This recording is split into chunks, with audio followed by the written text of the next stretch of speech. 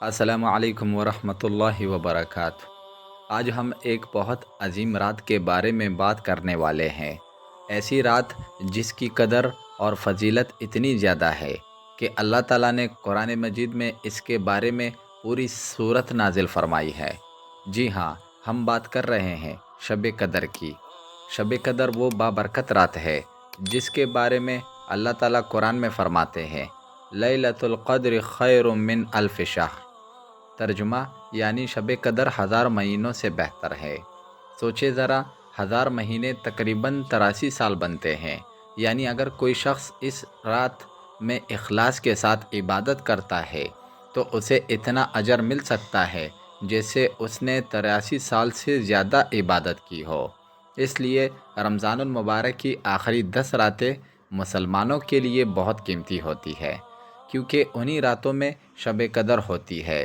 نبی کریم صلی اللہ علیہ وسلم نے فرمایا کہ شب قدر کو رمضان کے آخری 10 راتوں میں تلاش کرو، خاص طور پر طاق کی رات یعنی 21، 23، 25، 27 اور 29ویں رات میں۔ اسی وجہ سے بہت سے علماء کہتے ہیں کہ 27ویں رات میں شب قدر ہونے کا زیادہ امکان ہوتا ہے، لیکن حقیقت یہ ہے کہ اللہ نے اسے چھپا دیا تاکہ مسلمان زیادہ سے زیادہ عبادت کرے۔ نبی کریم صلی اللہ علیہ وسلم رمضان کے آخری عشرے میں عبادت بہت زیادہ بڑھا دیتے تھے۔ حضرت عائشہ رضی اللہ عنہا فرماتی ہے کہ جب آخری 10 دن آتے تو نبی کریم صلی اللہ علیہ وسلم راتوں کو جاگتے، اپنے گھر والوں کو بھی جگاتے اور عبادت میں زیادہ محنت کرتے۔ اس سے ہمیں یہ سبق ملتا ہے کہ شب قدر کو پانے کے لیے انسان کو کوشش بھی کرنی پڑتی ہے۔ اب سوال یہ پیدا ہوتا ہے کہ شب قدر میں کون سی عبادت کرنی چاہیے؟ سب سے پہلی اور اہم عبادت نماز ہے۔ اس رات میں نفل نماز، تہجد کی نماز اور قرآن شریف کی تلاوت بہت زیادہ اجر کا سبب بنتی ہے۔ اس کے علاوہ استغفار، دعا اور ذکر بھی بہت اہم ہے۔ حضرت عائشہ رضی اللہ عنہا نے نبی کریم صلی اللہ علیہ وسلم سے پوچھا کہ اگر مجھے شب قدر مل جائے تو میں کون سی دعا مانگوں؟ نبی کریم صلی اللہ علیہ وسلم نے یہ دعا پڑھی، اللہم انک عفو تحب العفو فاعف عنی۔ ترجمہ یعنی اے اللہ، بے شک تو معاف کرنے والا ہے اور معافی کو پسند کرتا ہے، بس مجھے معاف فرما دے۔ یہ دعا شب قدر کی سب سے مشہور اور بہترین دعا ہے۔ اب ایک اہم اور بات ہے کہ شب قدر میں کیا ہوتا ہے۔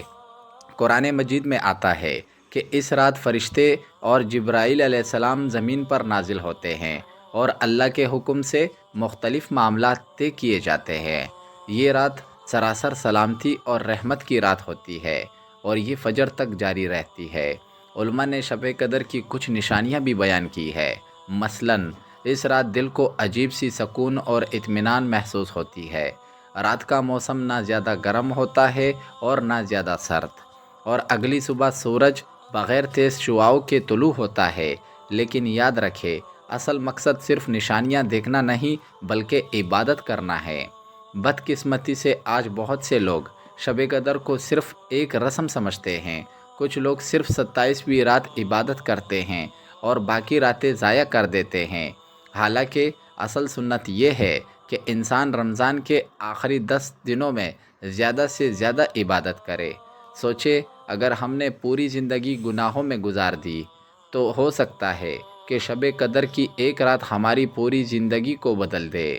یہ وہ رات ہے جس میں مانگی گئی دعا رد نہیں ہوتی اور اللہ تعالیٰ اپنے بندوں کو بے حساب معاف فرماتا ہے۔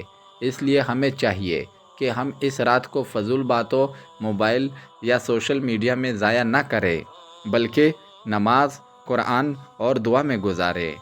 آخر میں اللہ تعالیٰ سے دعا ہے کہ اللہ ہمیں شب قدر کی قدر کرنے کی توفیق عطا فرمائے، ہمیں اس مبارک رات کی عبادت نصیب کرے اور ہماری تمام گناہوں کو معاف فرما دے، آمین۔ پیارے دوستو، امید کرتا ہوں ویڈیو اچھی لگی ہوں گی تو شیئر کرے اور چینل ضرور سبسکرائب کرے۔